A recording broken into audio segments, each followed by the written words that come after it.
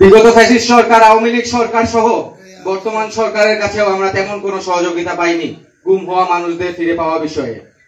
আপনারা জানেন যে বর্তমান অন্তর্বর্তীকালীন সরকার ডক্টর মোহাম্মদ ইউনূস কর্তৃক চালিত যে সরকার, তারা আমাদেরকে কথা দিয়েছে, দেশবাসীকে কথা দিয়েছে যে তারা ফেব্রুয়ারিতে আসন্ন ত্রয়োদশ জাতীয় সংসদ নির্বাচন তারা অনুষ্ঠিত করবে।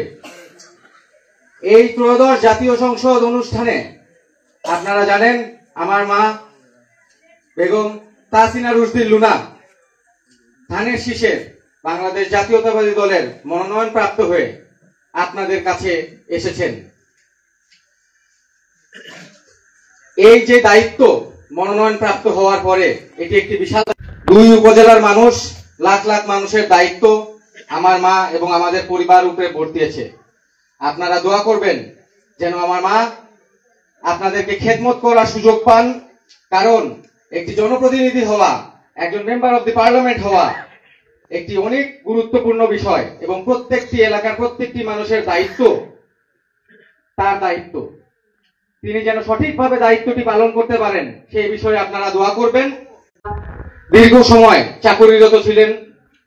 2018 সালের ইলেকশনের আগে তিনি চাকুরি ছেড়ে দেন আপনাদের কাছে আসার জন্য, আপনাদের জনপ্রতিনিধি হয়ে আসার জন্য।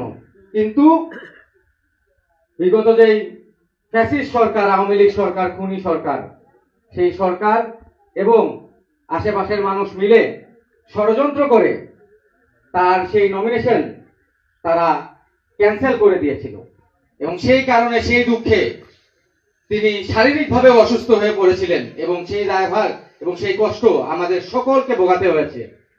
আপনারা এলাকাবাসী যারা আছেন তারা জানেন আমার মা সকল সময় চেষ্টা করেছেন আপনাদের সুখে দুঃখে, বিপদে আপদে এবং হাসি খুশিতে আপনাদের সাথে থাকার জন্য।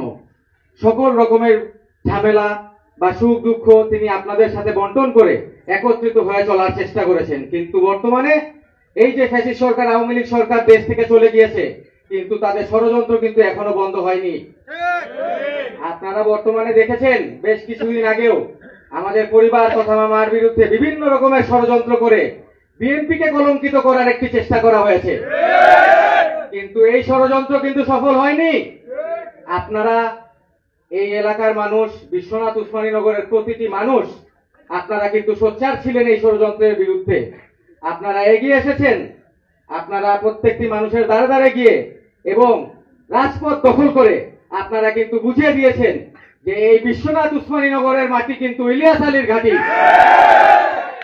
এখানে অন্যরকম কোন ষড়যন্ত্র করে সাময়িক সময়ের জন্য আপনারা হয়তোবা মনে করবেন যে আপনারা যখন দীর্ঘ সময়ের হিসাব কিতাব করবেন তখন কিন্তু আপনারা জানবেন যে এই শহরে, এই গ্রামে, এই এলাকার মাটিতে ইলিয়াস আলীর নাম ছাড়া অন্য কোনো নাম উচ্চারিত হবে না।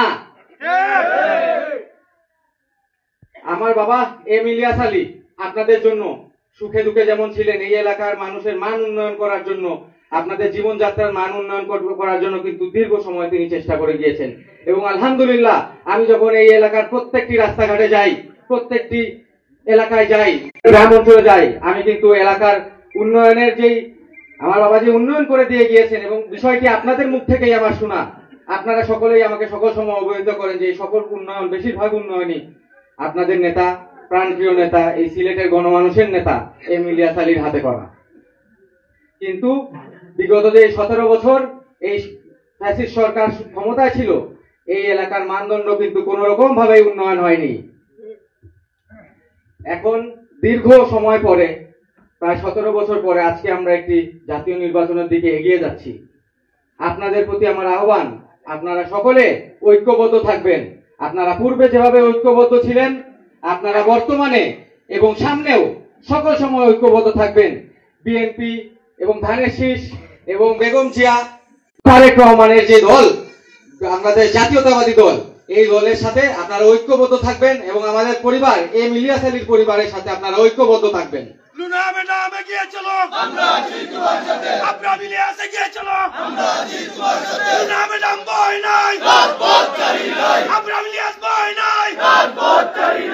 আমরা থাকবো, রাজপথে আছি, রাজপথে থাকবো, ইলিয়াস ভাই কথা দিলাম, রাজপথ দখল দিলাম।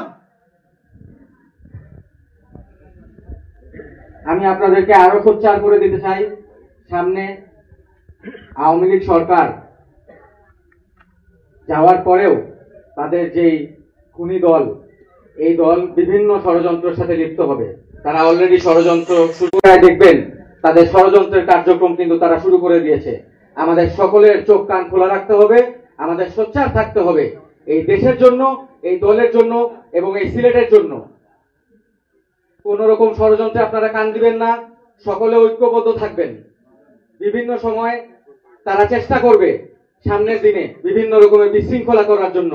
তারা বিগত সময় চেষ্টা করেছিল, বর্তমানেও তারা চেষ্টা করে যাচ্ছে এবং সামনেও তারা চেষ্টা করে যাচ্ছে। কিন্তু আপনারা গ্রামবাসী যদি সকলে একত্রিত থাকেন, এলাকাবাসী যদি একত্রিত থাকেন, তাহলে তাদের কোনো কিছু করার ক্ষমতা নাই। আমি সেই সাথে বলতে চাই, তার দায়িত্ব পালন করে গিয়েছেন বিগত 13 বছর। আমার আব্বা গুম হওয়ার পরে এই দলের জন্য, এই এলাকার জন্য তিনি বিভিন্ন সময় সরকারি চাকুরিরত থাকার অবস্থায় বিভিন্ন গুরুত্বপূর্ণ স্থানে তিনি অবস্থান করেছেন এবং তার যে এক্সপিরিয়েন্স, আমার বিশ্বাস তার এক্সপিরিয়েন্সের জন্য এবং তার কঠোর পরিশ্রমের জন্য এবং তার নিষ্ঠা সততার জন্যই কিন্তু আমার পরিবার যেমন আজকে এই ব্যারিস্টার হতে পেরেছে, আমার ভাই অ্যাকাউন্টেন্ট সহ আমার বোন আজকে একটি সুন্দর জায়গায় পৌঁছাতে পেরেছে।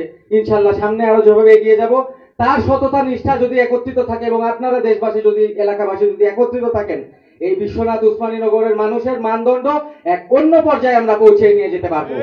এবং আমাদের বাংলাদেশ জাতীয়তাবাদী দল বিএনপি এবং দেশনায়ক তারেক রহমানের নেতৃত্বে তিনি যখন প্রধানমন্ত্রী হবেন, তাকে আমরা এই বিশ্বনাথ উসমানীনগরকে একটি মডেল উপজেলা হিসেবে এবং উন্নয়নের একটি এলাকা হিসেবে তাকে উপহার যাতে আমরা দিতে পারি।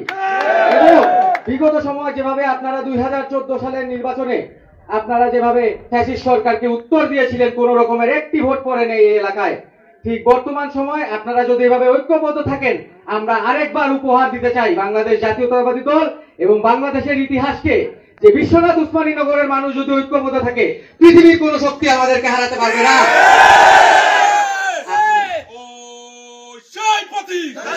সবাই বল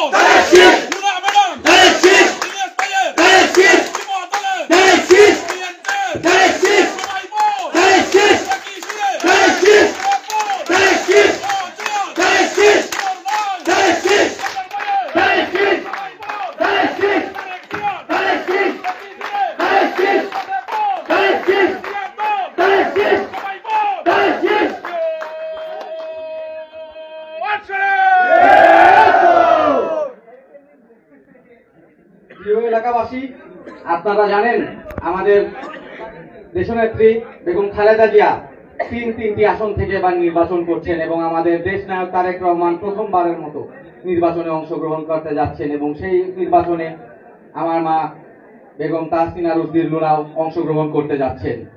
এই নির্বাচন ত্রয়োদশ নির্বাচন, জাতীয় নির্বাচন আমাদের অনেক একটি নির্বাচনে রূপান্তরিত হতে যাবে। এই নির্বাচন আমাদের উত্তর দেওয়ার নির্বাচন, এই নির্বাচন আমাদের একত্রিত থাকার নির্বাচন, এই নির্বাচন আমাদের ষড়যন্ত্র ভেঙে দেওয়ার নির্বাচন। আপনারা অনেকক্ষণ ধরে আমার বক্তব্য শুনছেন এবং আমার